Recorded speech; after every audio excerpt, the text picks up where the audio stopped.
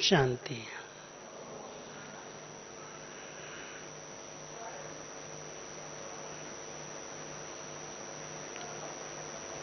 मीठे मीठे बाबा का आवाहन करने का समय मिल गया।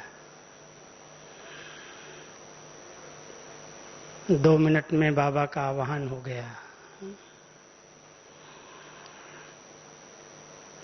बाबा कहते हैं, दिल से मेरा बाबा कहो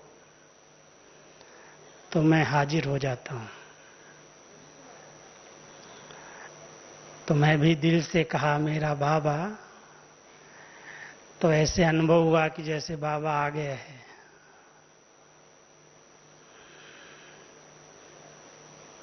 बाबा से मीठी मीठी वार्तालाप जब हम करते हैं,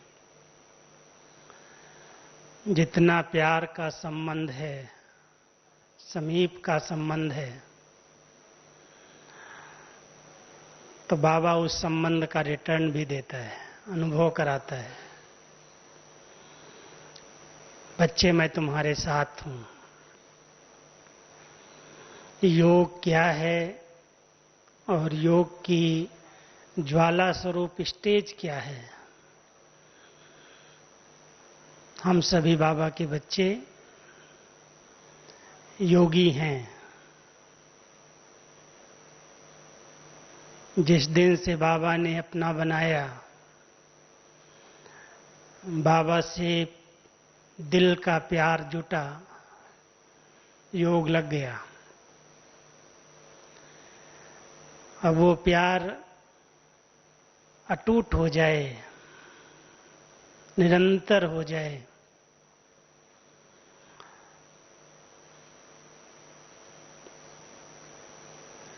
तो प्यार जब अटूट और निरंतर हो जाएगा तो ज्वाला स्वरूप हो जाएगा। इस सीजन में, जो सीजन बीत चुकी है, बाबा ने बहुत सुंदर होमवर्क हम सबको दिए और विशेष कहा कि बच्चे, जब बाबा आएंगे अगली बार, अभी तो आने के दिन आ गए, कोई कोई को ट्रांसलेशन ठीक नहीं मिल रही है, हाथ उठा रहे हैं।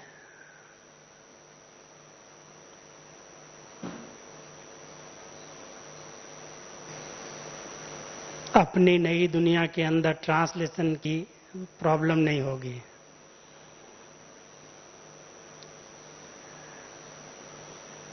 बाबा भी ऐसी दुनिया बना रहा है जहां ट्रांसलेशन की जरूरत नहीं है। वैसे नैनों की भाषा तो सब समझते ही हैं।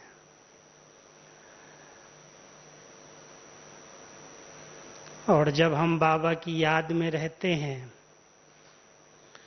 तो संकल्पों की भाषा को समझना सहज हो जाता है। मैं क्या कहना चाहता हूं, क्या मेरा भाव है, बोलूं या न बोलूं, बात करूं या न करूं, आपको समझ में आ जाएगा। तो इस साल, पिछली सीजन में बाबा ने हम सबको एक विशेष होमवर्क दिया था। बच्चे, ऐसी पावरफुल याद की अग्नि हो जिसमें पुराने संस्कारों का संस्कार हो जाए, क्योंकि कोई न कोई पिछला संस्कार कभी कभी अपना रूप दिखाता है। पढ़ाई से, अच्छे संग से, अच्छे वातावरण से उस संस्कार को हम सबने दबा दिया है। लेकिन उस संस्कार का संस्कार हो जाए, अंतिम संस्कार हो जाए, वो बार बार इमर्ज रूप न ले, उसके लिए बाबा कहता है, बच्चे, बहुत पावरफुल योग की अग्नि चाहिए। वैसे योग शब्द ही अग्नि का प्रतीक है। योग को ज्वाला कहा जाता है। जैसे आग के अंदर कोई भी चीज परिवर्तन सहज होती है, एक मिट्टी अगर हम ढांचे में डाल करके अग्नि के अंदर डाल देते हैं तो मिट्टी ईंट का रूप बन जाती है, और वो ईंट इतनी मजबूत बन जाती है आग के अंदर, जो बड़े बड़े किले बना देते हैं, जिसके अंदर कोई भी शत्रु, कोई भी प्रकार का माया का रूप आ न सके। तो बाबा भी हम बच्चों को कहता है, बच्चे तुम्हारी याद ऐसी हो जो रूप परिवर्तन हो जाए। जो पहला रूप था, हम सब फुल बॉडी कॉन्शियस देहाभिमान वाले थे,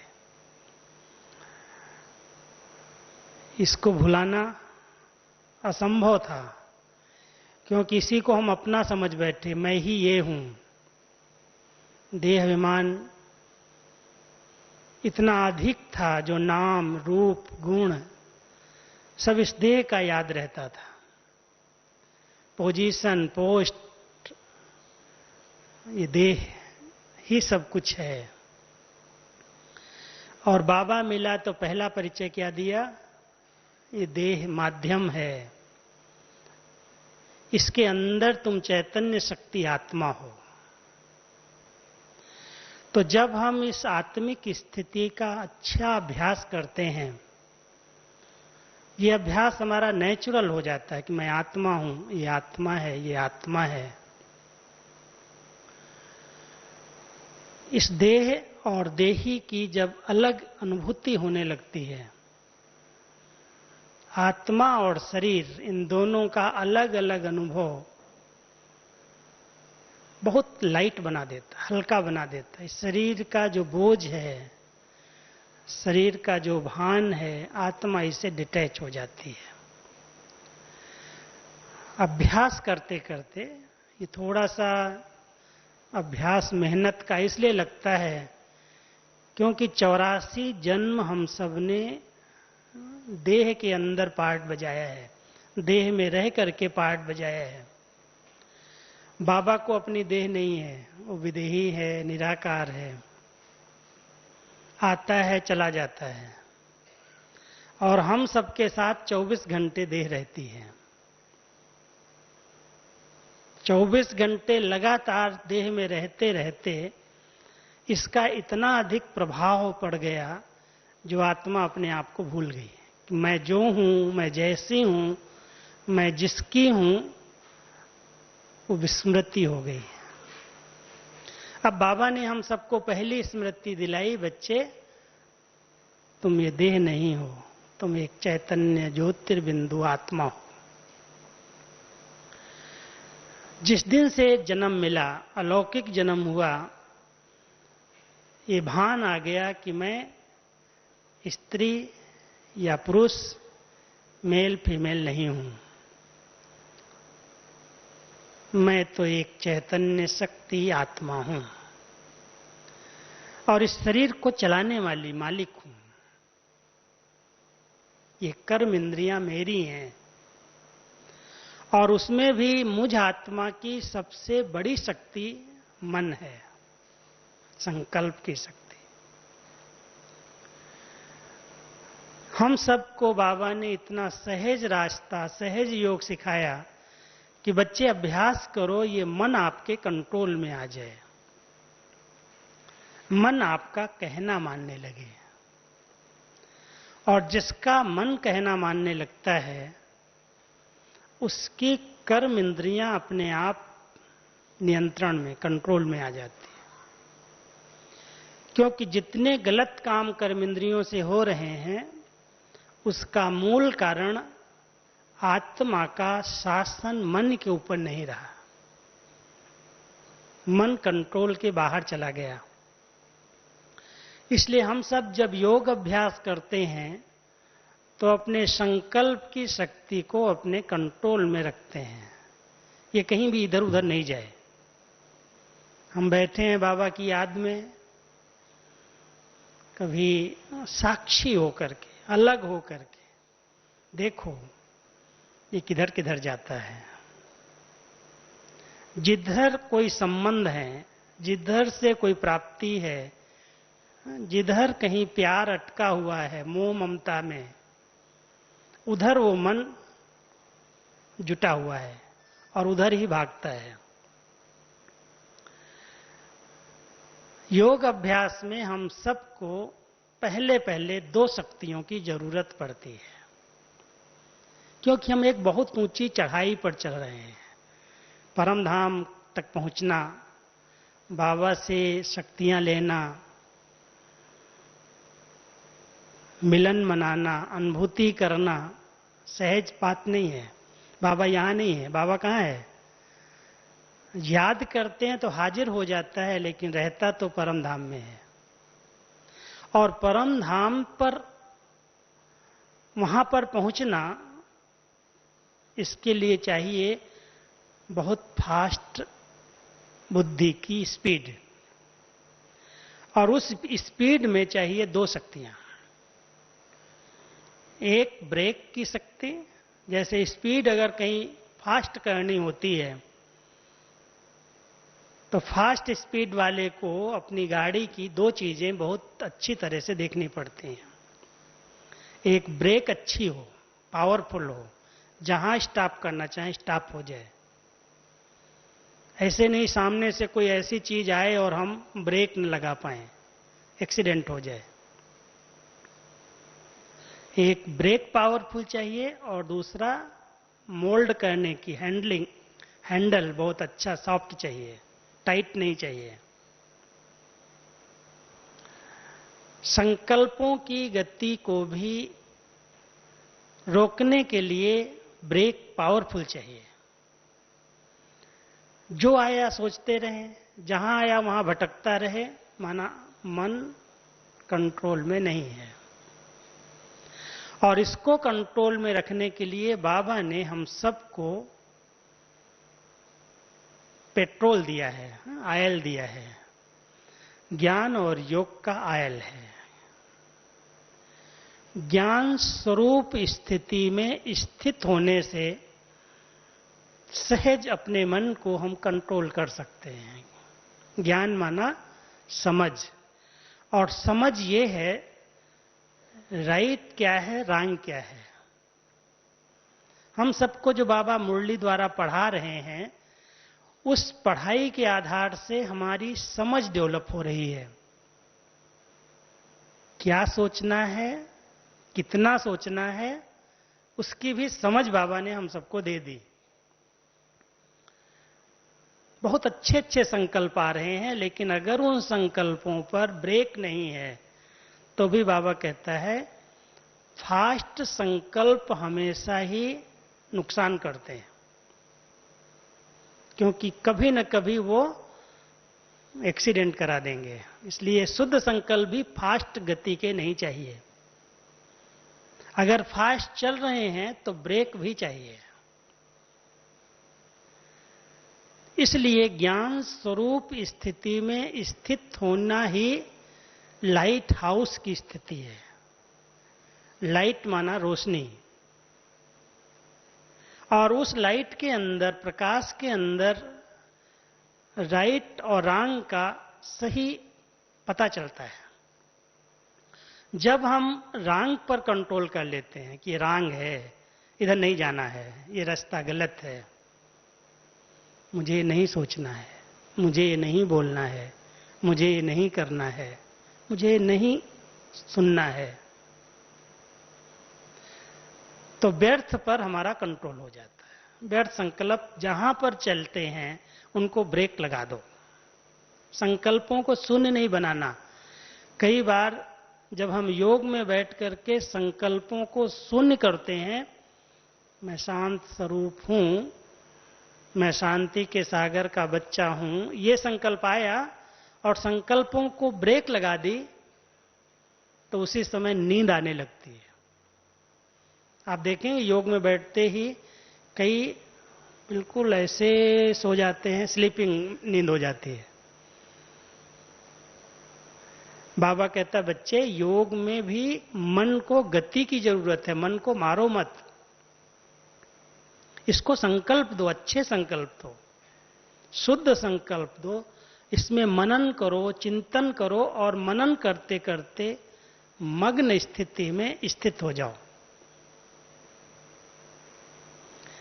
हम सबको 5 स्टेजेस से क्रॉस करना है। बाबा हमें जो सुना रहा है पहले उसका चिंतन करना जरूरी है। चिंतन चले, बाबा क्या कहता है, बाबा किस लिए बात कह रहा है, इसका क्या महत्व है, इससे हमें क्या प्राप्तियां हैं। बाबा कहता है उसका चिंतन, मंथन। जब चिंतन चलता है तो उसका मंथन होता है, राइट और रॉन्ग का पता चलता है। बिना मंथन किए हुए शक्तिशाली मक्खन नहीं मिलता, और जो मक्खन नहीं मिलता है वो कमजोर का कमजोर रह जाता है। इसलिए चिंतन के बाद मंथन और मंथन के बाद सुमिरण, जैसे एकदम नेचुरल सुमिरण चलने लगता है। भक्ति के अंदर जब माला सुमिरण करते हैं तो राम राम राम राम राम राम राम राम कहते कहते एकदम नेचुरल राम की स्मृति हो जाती है। हाथ घूमता रहता है, कॉन्शियस ये समाप्त हो जाती है कि मैं मड़का घुमा रहा हूं, बस राम की धुन लग जाती है, सुमिरण हो जाता है। तो पहली स्टेज में मनन, दूसरी स्टेज में मंथन, तीसरी स्टेज में सुमिरण, और सुमिरण करते करते स्मृति बन जाती है। जैसे बाबा की याद नेचुरल हो गई, बाबा के सिवा दूसरा कोई है ही नहीं। और जब स्मृति बन जाती है तो स्मृति के बाद बनती है स्थिति। कहते इसकी स्थिति बड़ी अच्छी है, कोई कुछ भी कह दे, कुछ भी हो जाए, इसके चेहरे पर नहीं आता, इसका मूड खराब नहीं होता। इसने ज्ञान और योग से अपनी अचल अडोल स्थिति बना ली है। यह है योग का प्रैक्टिकल प्रमाण, प्रैक्टिकल रिजल्ट, कि इसकी स्थिति बड़ी अच्छी है। भले ये नया बच्चा है, 1 साल का, 2 साल का, लेकिन इसकी स्थिति बड़ी अच्छी बनी। कैसे? अच्छे चिंतन से, मंथन से, सुमिरण से, स्मृति स्वरूप बनने से स्थिति बन गई। तो ज्वाला स्वरूप याद है निरंतर याद, लिंक टूटे नहीं। अभी अभी हम कहें हमने योग किया, अभी अभी इतना व्यर्थ वार्तालाप में चले जाएं, इतना विस्तार में चले जाएं, योग टूट जाए। फिर योग लगाना पड़े। कोई चीज, एक धागे को अगर तोड़ दिया जाए और फिर जोड़ा जाए तो उसमें भी गांठ आ जाती है। योग में भी निरंतर स्थिति चाहिए, निरंतर स्मृति चाहिए। इसके लिए बाबा ने हम सबको बार बार, इस बार भी, अभी अभी हमारे पास जो डबल विदेशी मेहमान आए थे, बाबा ने उनको भी 5 स्वरूपों की ड्रिल सिखाई, नयों को बताया। पुराने तो करते ही हैं, पुरानों को तो बाबा ने कई वर्षों से ये ड्रिल सिखाई है। मन को शक्तिशाली बनाने के लिए 5 स्वरूपों की ड्रिल बहुत जरूरी है। और बाबा ने ये कह दिया कि हर घंटा 5 मिनट करो, और हर घंटा 5 मिनट नहीं करते हो, अच्छा 5 सेकंड करो। बहुत रहम दिल है बाबा हमारा,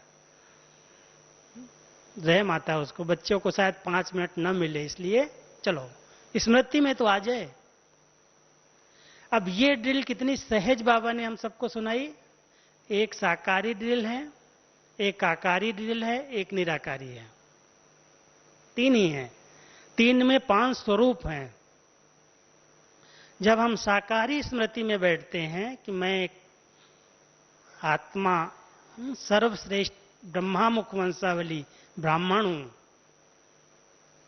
पहली ये स्मृति कि मैं ब्राह्मण हूं, मुख वंशावली हूं। और जब भी के बने, ब्रह्मा कुमार ब्रह्मा कुमारी बने, सब बाबा के बच्चे अंदर से कहते हैं मैं तो मरजीवा हूं, माना लौकिक जो जन्म था उससे मर के नया जीवन ले लिया। ब्रह्मा के मुख वंशावली सच्चे ब्राह्मण हैं और ब्राह्मण ही देवता बनने वाले हैं। रूप बदल गया, याद से मनुष्य से ब्राह्मण बन गए, ब्राह्मण से फरिश्ता बन गए, फरिश्ता से देवता बन गए। ज्वाला से रूप बदलता है, आग से मिट्टी ईंट बनी, ईंट से मकान बना, ऐसे ही हम मनुष्य से ब्राह्मण बने, ब्राह्मण से फरिश्ता बने, फरिश्ता से देवता बन गए। ये ड्रिल है, बार बार अभ्यास में लाते हैं कि हम साकार में ब्राह्मण हैं, फिर देवता बनने वाले हैं। पास्ट में हम बहुत पूज्य श्रेष्ठ थे जिनकी पूजा सब कर रहे हैं। पास्ट की स्मृति में कोई ये ना आए कि मैं ये करता था, मैं ये करता था। बाबा ने कहा, बच्चे जो तुमने शरीर से कर्म किए हैं उन कर्मों को भूल करके अपने पूज्य स्वरूप को स्मृति में लाओ कि मेरी कितनी पूजा हो रही है, किस किस रूप में मैं पूज्य बन करके लोगों की मनोकामनाएं पूर्ण कर रहा हूं। तो ये साकार ड्रिल है। मन को शक्तिशाली बनाने के लिए ये स्मृति निरंतर रहे, मैं ब्राह्मण हूं, पास्ट में मैं पूज्य था और फ्यूचर में मैं देवता बनने वाला हूं। अब ड्रिल है ये, साकार से आकारी, आकारी से निराकारी। कई वर्षों से बाबा की मुरली चल रही है, बच्चे अपने रूप का परिवर्तन करो, ड्रेस का परिवर्तन करो। ये जो साकार ड्रेस हमने पहनी है, इस ड्रेस को बदल करके फरिश्ता ड्रेस पहन लो। ड्रेस बदलने का अर्थ क्या है? स्मृति और स्वरूप का परिवर्तन। मिट्टी की ड्रेस ही है, लेकिन पहली स्मृति आई कि मैं एक लाइट माइट स्वरूप आत्मा हूं। जब आप योग अभ्यास करते हो तो पहले इस स्मृति में बैठ जाओ,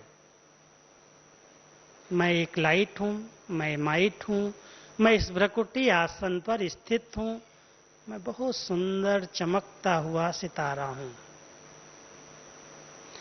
ये अभ्यास करते ही, चिंतन में लाते ही स्वरूप बन जाएगा। और जब लाइट स्वरूप में स्थित होंगे तो लाइट स्वरूप हमेशा, जो लाइट चीज होती है, ऊपर जाती है।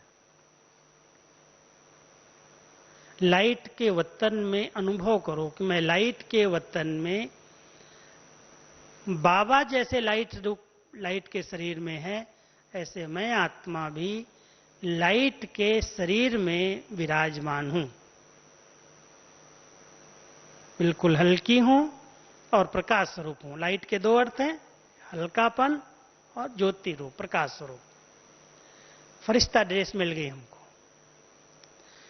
सारे दिन में जितना समय मिलता है, जब समय मिलता है, ये स्मृति रहे, ये मैं ब्राह्मण हूं, मैं फरिश्ता बनने वाला हूं, फिर मैं निराकारी दुनिया में बाबा के साथ बीज रूप स्टेज में स्थित होकर सबको लाइट और माइट देने वाला हूं। साकार, आकार, निराकार, ये ड्रिल अगर हम बीच बीच में करते रहते हैं तो हमारी लिंक योग की जुड़ी रहती है। और जब लिंक जुड़ी रहती है तो जब हम बैठते हैं तो चार चीजें स्थिर हो जाती हैं। चार चीजें स्थिर। पहले ये शरीर स्थिर हो जाता है, हलचल समाप्त हो जाती है। आसन पर बैठ गए, ज्वाला रूप याद के लिए, वैसे बैठने की जरूरत नहीं है, चलते फिरते उठते बैठते यहीं योग में। लेकिन पावरफुल योग के लिए, शक्तिशाली योग का अनुभव करने के लिए आसन पर बैठे और शरीर भी स्थिर कर लिया। इस भ्रकुटी आसन पर आत्मा है, शरीर के अंदर विराजमान है, हलचल समाप्त, एकाग्र हो गए। जब बिल्कुल एकाग्रता अच्छी होती है तो एकाग्रता के बाद स्थिरता आ जाती, स्थिर हो जाता है मन, बिल्कुल हलचल समाप्त, इधर उधर की बातें समाप्त, कोई चिंतन नहीं, बस मैं और मेरा बाबा दिखाई देता है। स्थिरता के बाद बहुत स्पष्ट हो जाता है, स्पष्ट दिखाई देने लगता है कि क्या है, कैसा है। स्वच्छता इतनी आ जाती है। मिसाल बताता हूं, जैसे पानी कहीं से बह करके एक साथ इकट्ठा हो रहा हो। पहले इकट्ठा होता है, इकट्ठा होने के बाद उसमें हलचल समाप्त हो जाती है, स्थिर हो जाता है, उसके कण, उसकी मिट्टी बैठ जाती है, पानी स्वच्छ हो जाता है और बहुत गहरा पानी भी उसके अंदर स्पष्ट सब कुछ दिखाई देने लगता है। कई स्थानों पर विदेश में मैंने जाकर के देखा, सागर इतना स्वच्छ, इतना निर्मल, जो 1000 फुट गहरा पानी, उसके अंदर जिस प्रकार का संसार है उसको भी ऊपर से हम बहुत स्पष्ट देख सकते हैं। बाबा भी कहता है, जब मन स्थिर हो जाएगा, स्वच्छ हो जाएगा, अपना स्वरूप, बाबा का स्वरूप स्पष्ट दिखाई देने लगेगा, अनुभव होने लगेगा, स्पष्टता आ जाएगी। तो पहले चाहिए शरीर की बहुत अच्छी स्थिति, एकाग्र स्थिति, कोई हलचल नहीं। फिर दूसरे रूप में हमारे दिल को बाबा कहता है भावनाएं,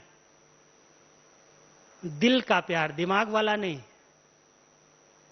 बहुत दिल का प्यार, बाबा के प्रति अटूट प्यार, वो भी एक में है। बाबा को पसंद क्या है? अव्यभिचारी याद, केवल एक बाबा दिल में बसे, बस। व्यक्ति कितने भी अच्छे हों, लेकिन वो व्यक्ति हैं, किसी भी देहधारी पर बुद्धि प्रभावित न हो, दिल किसी में अटकी हुई न हो। दिल एक दिलवर के साथ, एक बाबा, दूसरा न कोई। तो पहले शरीर की स्थिरता, फिर दिल की भावनाओं की स्थिरता, उसके बाद मन बिल्कुल स्थिर, एकाग्र, और उसके बाद बुद्धि का भटकना बंद। अगर योग को पावरफुल बनाना है, शक्तिशाली बनाना है, तो चारों बातों पर ध्यान दो। बहुत हिलने डुलने की जरूरत नहीं है। जब शक्तिशाली योग करते हैं तब की बात है। मान लो आपको आधा घंटा समय मिलता है, आप बाबा की याद में योग में बैठते हैं, बाबा के कमरे में आते हैं, बहुत शक्तिशाली योग चाहिए, एक बाबा, दूसरा न कोई, ज्वाला स्वरूप याद। ज्वाला माना ऐसा नहीं कोई भड़कने वाली, कोई जलाने वाली याद होगी, शीतल है लेकिन शक्तिशाली है, क्योंकि स्थिरता है, एकाग्रता है। ऐसी शक्तिशाली याद हमारे संस्कारों को जलाती है, विकर्मों को दग्ध करती है। जैसे सूर्य की पावरफुल किरणें जब निकलती हैं तो किचड़े को भस्म कर देती है। किचड़ा नहीं कहता है तो मुझे समाप्त करो, लेकिन उसकी सूर्य की किरणें जब किचड़े पर पड़ती हैं, गंदगी पर पड़ती हैं, तो उसको समाप्त कर देती है,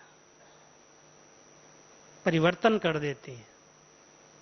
बाबा की किरणें यदि मेरे ऊपर आ रही हैं तो मेरे संस्कारों में जो विकार आ गए हैं, बुराइयां आ गई हैं, वो सब विकार और बुराइयां, वो गंदगी अपने आप साफ होती जाएगी। हम सबके योग अभ्यास का मेन लक्ष्य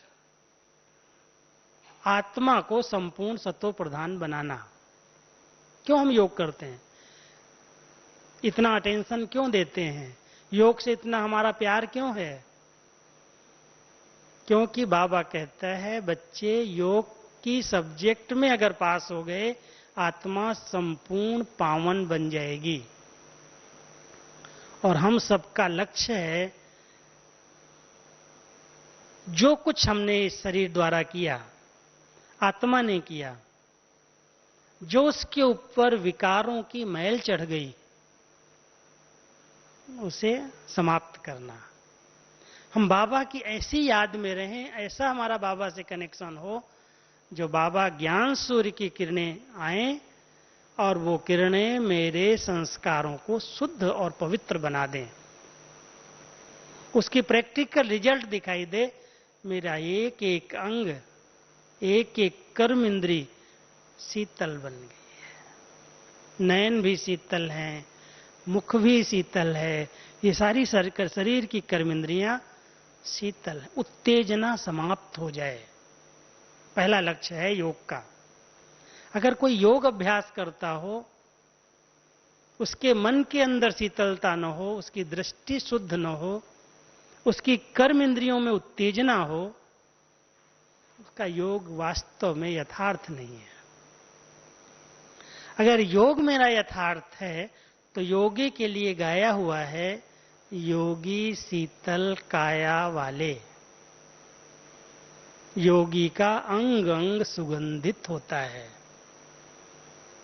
कभी भी उसके मुख से कटु वचन नहीं निकलेंगे, कभी भी उत्तेजित होकर के किसी को वाणी के द्वारा घायल नहीं करेगा, बुरे वचन नहीं निकलेंगे, नयन शीतल हो जाएंगे, आत्मा प्रसन्न चित्त हो जाएगी, सब इच्छाएं एकदम, जो भी हमारी तमन्नाएं हैं, ये चाहिए, ये चाहिए, ये चाहिए, कुछ नहीं चाहिए आत्मा को, बाबा से सब कुछ मिल रहा है।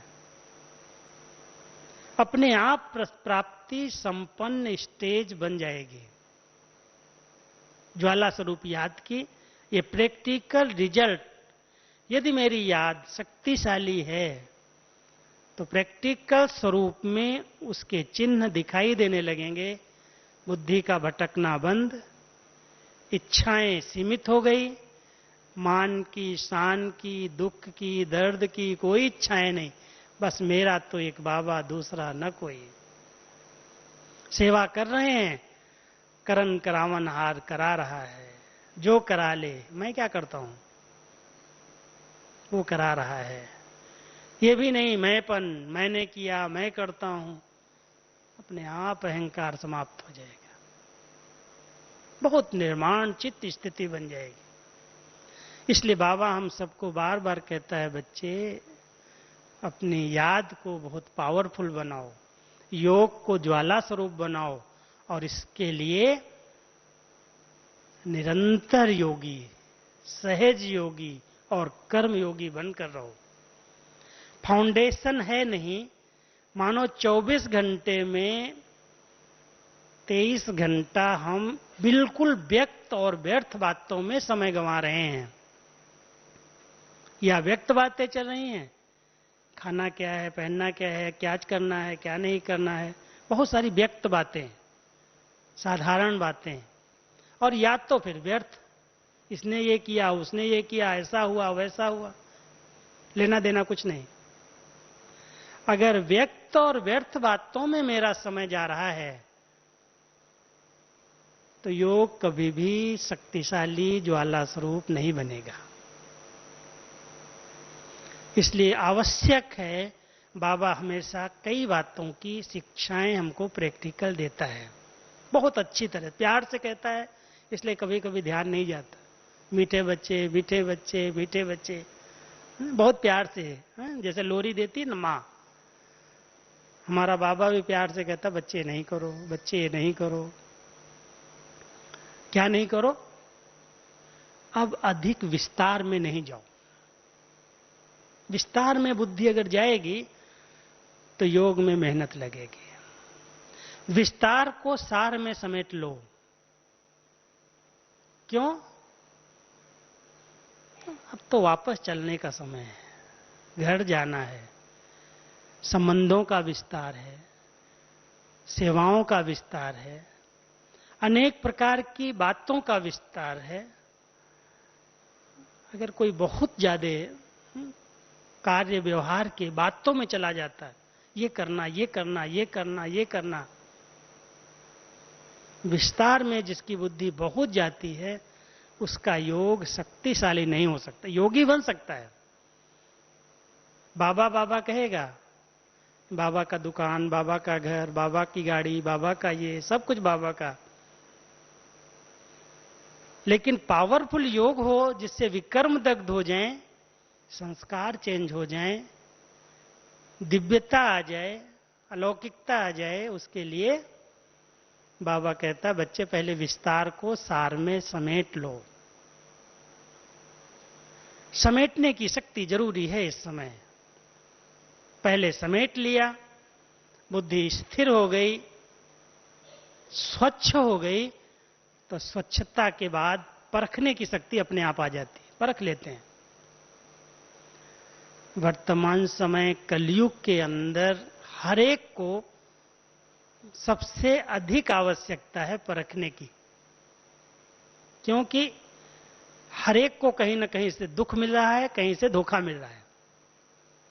जिनको हम अपना समझ करके लेन देन करते हैं, व्यवहार में आते हैं, कई बार उनसे भी धोखा मिल जाता है। हम समझते हैं तुम्हारा बहुत प्यारा है, बहुत स्नेही है, बहुत अच्छा भाई है, बहुत अच्छी बहन है, विश्वास है, और कई बार अच्छे होते भी हैं, ऐसा नहीं सब धोखा ही देते हैं। लेकिन कोई कोई से कलयुग के अंदर धोखा भी मिलता है, दुख भी मिलता है। और बाबा हम सबको दुख और धोखे से बचाने के लिए आया है।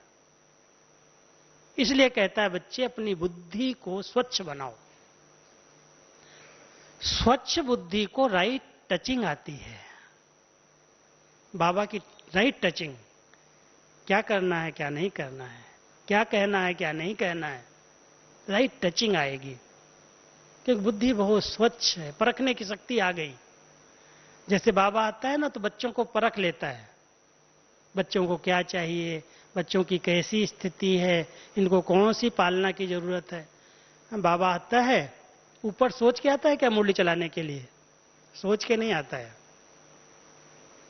बच्चों की सभा को देखता है और बच्चों के वाइब्रेशन को कैच करके जो चाहिए वो देता है। इसलिए हम सब जितने सभा में बैठे होते हैं, हम कहते हैं हमारे मन का उत्तर बाबा ने दे दिया। बाबा ने मेरे ऊपर ये मुरली चलाई, क्योंकि हमारी आवश्यकता को बाबा महसूस करता है। बच्चे को ये चाहिए, परख लेता है, क्योंकि बहुत क्लीन है, कोई भी प्रकार का दोष नोट नहीं किया। हमारी कमियों को अगर नोट कर ले तो कभी मुझे सहयोग नहीं मिल सकता बाबा से। जानता है कोई न कोई हिसाब किताब, कोई न कोई कर्म बंधन, आत्माएं उसमें बंधी हुई हैं। बाबा हमारी दृष्टि से, हमारे बोल से, हमारे व्यवहार से, हमारे वायुमंडल से परख करके उस प्रकार की शिक्षा देता है। और हमको लगता है बाबा ने मेरे दिल की सुन ली, बाबा मुझे जानता है। बच्चों को इसमें समान बनाना चाहता है।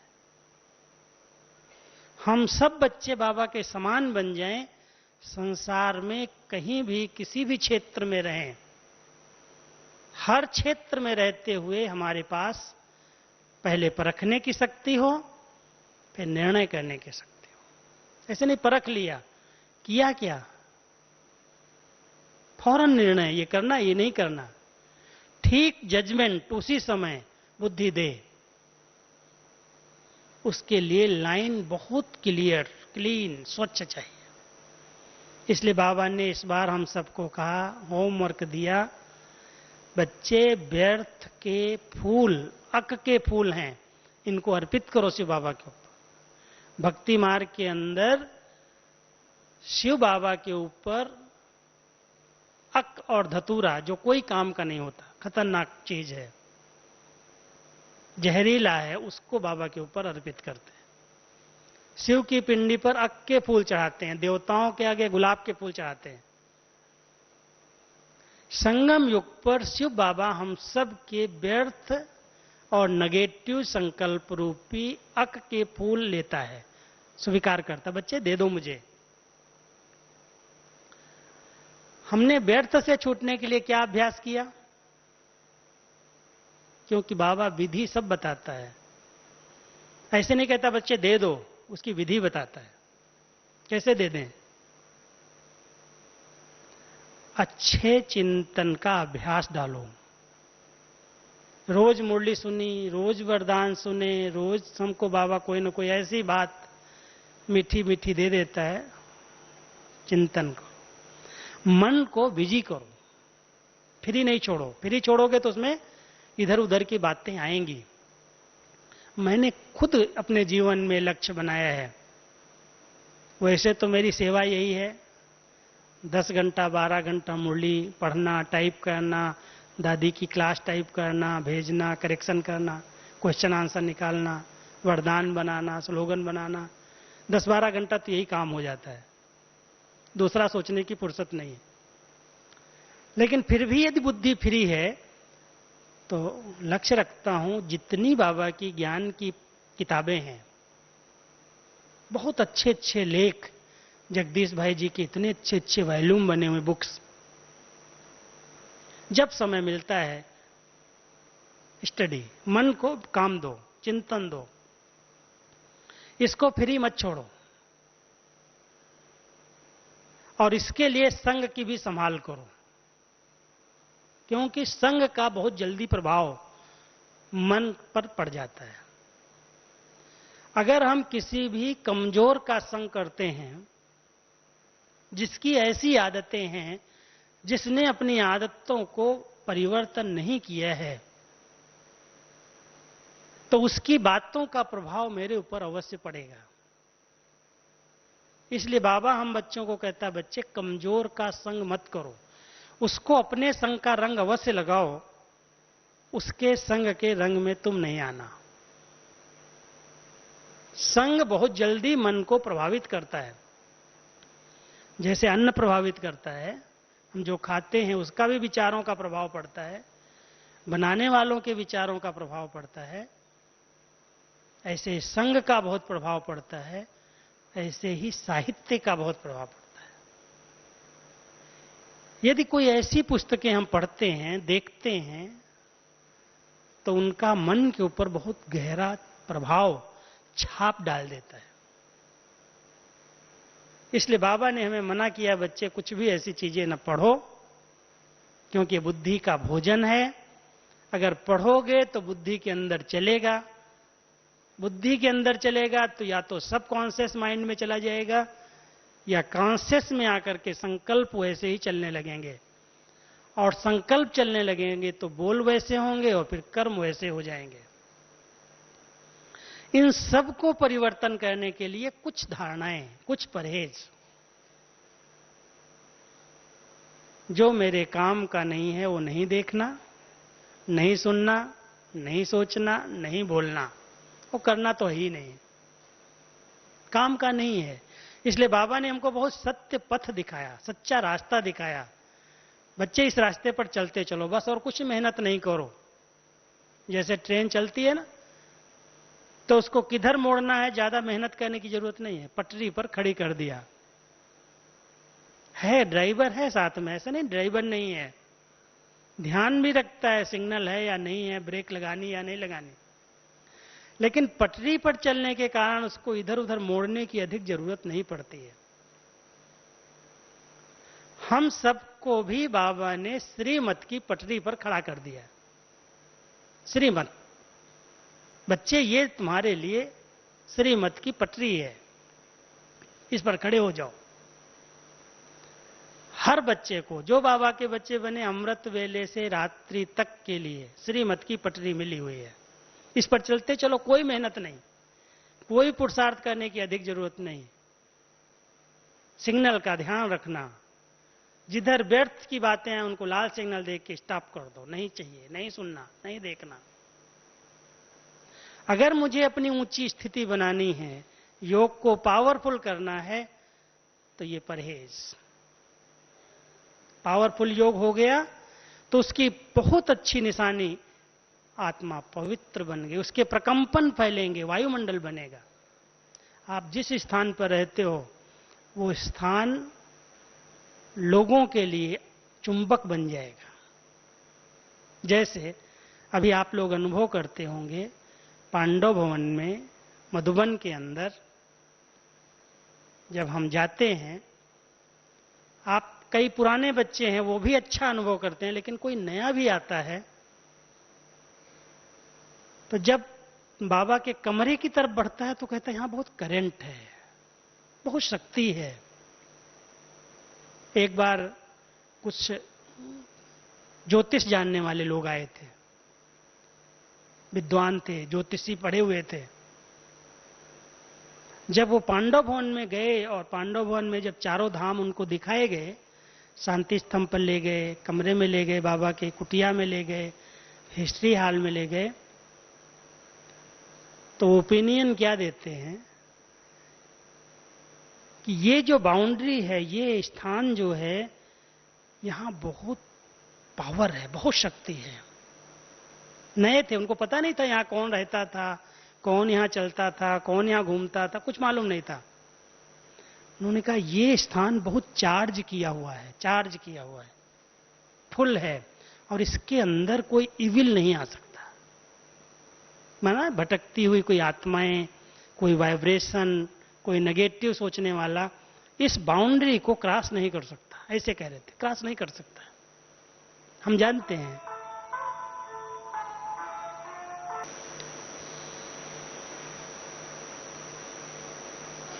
सभी बाबा के पांडव भवन में पहुंचे, अपने नेत्रों से बाबा का घर देखा, पांडव भवन मधुबन। जो हो के आए हैं पहले, जिन्होंने देखा है, जो नए हैं वो शायद न देखा हो, हाथ उठाओ। पांडव भवन जिन्होंने देखा है, अधिकतर सब हैं देखने वाले हैं ना, तो आप लोगों ने तो अनुभव किया ही है। साकार में ब्रह्मा बाबा ने, हमारी दादियों ने उस स्थान पर तपस्या की है, उसके वाइब्रेशन है, स्थान के वाइब्रेशन चार्ज हो गए, इसलिए वहां जाते ही बहुत अच्छे अनुभव होने लगते हैं। योग लगाने की मेहनत नहीं लगती। अगर हम सभी भी अपने स्थान पर जहां हम रहते हैं कुछ मिनट भी अच्छी स्थिति बना करके बाबा का आवाहन करके, बाबा को आह्वान करो, बाबा आ जाओ। बाबा तो आ सकता है ना कहीं भी, नहीं आएगा विदेश में, सब जगह आ सकता है, उसके पास तो उड़ने के पंख हैं। कहता है बच्चे मेरा निवास वहां ही है जहां बच्चे दिल से मुझे याद करते हैं। प्यार से बाबा कहो और बाबा आपके स्थान पर पहुंच जाएगा। आपका भी मन चार्ज हो जाएगा, ऊर्जा आ जाएगी, शक्ति आ जाएगी, और वायुमंडल भी शक्तिशाली बन जाएगा। तो जिस स्थान पर हम बैठे हैं, बार बार बाबा का आह्वान, बाबा को बुलाओ। ऐसा योग शक्तिशाली हो जाए तो उस स्थान पर पवित्रता की किरणें निकलने लगेंगी। जो लोग होंगे ना गलत भावना वाले, गलत दृष्टि वाले, गलत वाइब्रेशन वाले, वहां टिक नहीं सकेंगे। कोई भी उस स्थान पर वार नहीं होगा, सेफ हो जाएंगे। क्योंकि बाबा कहता है बच्चे ये सेफ्टी का किला है। अच्छे वाइब्रेशंस, अच्छी विचारधाराएं ही हमारा रक्षा कवच है। इस शरीर पर, मन के ऊपर बाबा की याद की लाइट आई तो ये हमारे लिए लाइट ही रक्षा कवच बन गई। जो इस लाइट के अंदर रहते हैं उनका योग बहुत सहज है, कोई बड़ी बात नहीं है। बाबा कहा और बाबा के पास पहुंच गए। हम समझते हैं शक्तिशाली योग माना कोई एकदम कोई ज्वाला निकलेगी, कोई बहुत शक्ति दिखाई देगी, प्रचंड शक्ति होगी। बाबा कहते हैं तो बहुत शीतल याद है, ये योग की अग्नि है, ये लगन की अग्नि है, ये प्यार की आग है। जैसे कहते हैं ना इसमें आग लग गई, प्यार इतना हो गया, जिगरी प्यार, बाबा के प्रति बहुत दिल का प्यार। बस मेरा बाबा, प्यारा बाबा, मीठा बाबा, कहा और बाबा के प्यार में खो गए। ये याद ज्वाला रूप बन गई, शक्तिशाली हो गई, क्योंकि उसके अंदर कोई बातें डिस्टर्ब करने वाली नहीं है, न व्यर्थ बातें हैं न साधारण बातें। ऐसी स्थिति अगर हम सबकी बन जाए तो बाबा कहता है आज ही दुनिया बदल जाए। संगठित रूप में चाहिए, लेकिन एक एक की नहीं, एक बहुत अच्छी स्थिति में है और दूसरा इधर की बातें उधर की बातें सोच रहा है। वैसे भी बड़ी आग की ज्वाला के लिए कई लकड़ियां इकट्ठी करते हैं। एक लकड़ी से ज्वाला नहीं निकलती है। एक लकड़ी जलेगी तो कितनी आग होगी उसके अंदर। ज्वाला बनाने के लिए बहुत संगठन चाहिए, बड़ा संगठन। संगठित रूप में जब हम योग करते हैं तो योग की ज्वाला प्रज्वलित होती है। और जब योग की ज्वाला सबकी विचारधाराएं एक जैसी होंगी तो मुझे भी बदलेंगी और विश्व को भी बदल देंगी, प्रकृति को भी चेंज कर देंगी, दुनिया भी बदल जाएगी।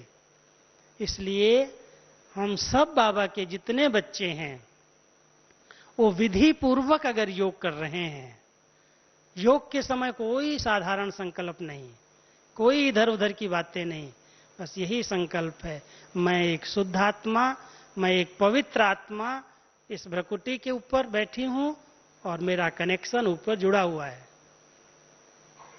उसकी शक्तियां मेरे ऊपर आ रही हैं।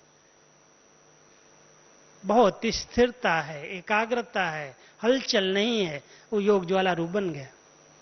संस्कार चेंज हो रहे हैं, वायुमंडल बदल रहा है, प्रकृति भी पावन बन रही है।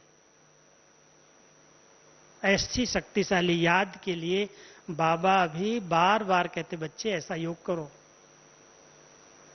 अटेंशन जरूरी है, कोई भी बातों में मत जाओ। बाबा मना कर, बच्चे अभी नहीं जाओ, समय नहीं है। कम समय में आत्मा को संपूर्ण पावन बनाना है। जो हिसाब किताब हमने बनाए हैं इतने 84 जन्म लेकर के, यही समय है सब हिसाब किताब पूरा करने का। फिर भी अगर इसकी वैल्यू ना हो तो बाबा क्या कहेगा? बच्चों पर बाबा को भी रहम आता, बच्चे मैं तो तुमको इतना प्यार से पढ़ाता हूं, इतनी शिक्षाएं देता हूं। बाबा भी कहता है लेकिन डैश डैश डैश, तो डैश बाबा को ना लगानी पड़े। बाबा का प्यार है और हम बच्चों का भी बाबा से प्यार है, तो प्यार में समा जाना, इसको बाबा कहता है लौलीन स्थिति में स्थित हो जाना। बस मेरा तो एक दूसरा ना कोई, यही योग है। योग कह करके भारी नहीं हो जाओ, योग नहीं लगता है, योग में बड़ी मेहनत है, शायद मैंने बहुत पाप किए हैं, मैंने बहुत बुरे काम किए हैं, इसलिए मन स्थिर ही नहीं होता। ये जो कंप्लेन है ना, बाबा कहता है ये कंप्लेन तुम्हारे लिए शोभती नहीं। मेरे बच्चे बन गए ना, अब उसको भूल जाओ, जो कुछ हुआ बीती बिंदी लगा दो। पास्ट को अभी ज्यादा सोचो नहीं, मेरे से ये हुआ, मेरे से ये हुआ। अनजान में हुआ, लौकिक जीवन में हुआ, ब्राह्मण बन गए, बाबा ने अपना बना लिया, बस मस्त रहो, खुश रहो, आबाद रहो। अगर ऐसी श्रेष्ठ स्थिति में रहेंगे ना, तो बाबा क्या कहता है योग के लिए? योग उनका लगता है जिनके पास डबल रिफाइंड पेट्रोल है। बाबा के शब्दों में, जैसे प्लेन को फास्ट उड़ाने के लिए साधारण पेट्रोल की जरूरत नहीं पड़ती, साधारण पेट्रोल उसमें नहीं चलता है, गाड़ी वाला पेट्रोल प्लेन में नहीं डाला जाता।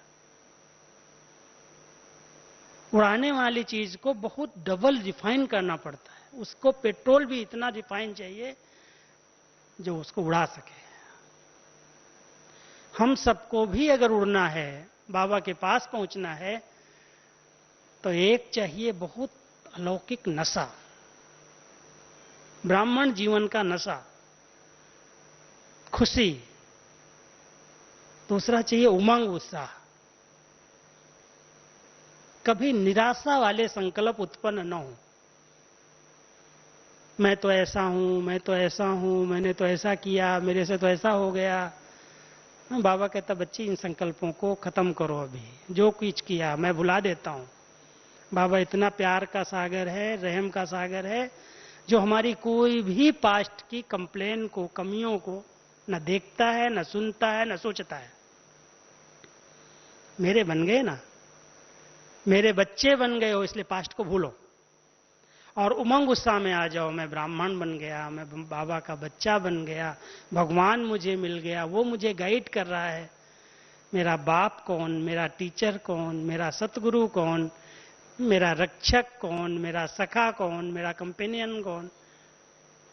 बातें करो इसे, नशे में आ जाओ। फिर उमंग उत्साह इतना है कि बस मैं तो पहुंचा कि पहुंचा, बाबा आप जैसा मुझे बनाना चाहते हो ऐसा मैं बन के दिखाऊंगा, मैं नहीं बनूंगा तो कौन बनेगा। ऐसे नशे और उमंग उत्साह के संकल्प ये पेट्रोल का काम करते हैं। बैठोगे और बाबा के पास चले जाओगे, उड़ जाएंगे यहां से, संसार की सब बातें भूल जाएंगे और इतने अच्छे अनुभव होने लगेंगे जैसे बस मैं तो बाबा में समा गया हूं, खो गया हूं। कोई साधारण संकल्प नहीं, कोई इधर उधर की बातें नहीं। ज्वाला प्रकट हो गई, अपने आप असुरी संस्कार भस्म हो रहे हैं। इसलिए अभी अभी हम करें 10 मिनट अभ्यास। नींद तो नहीं आएगी?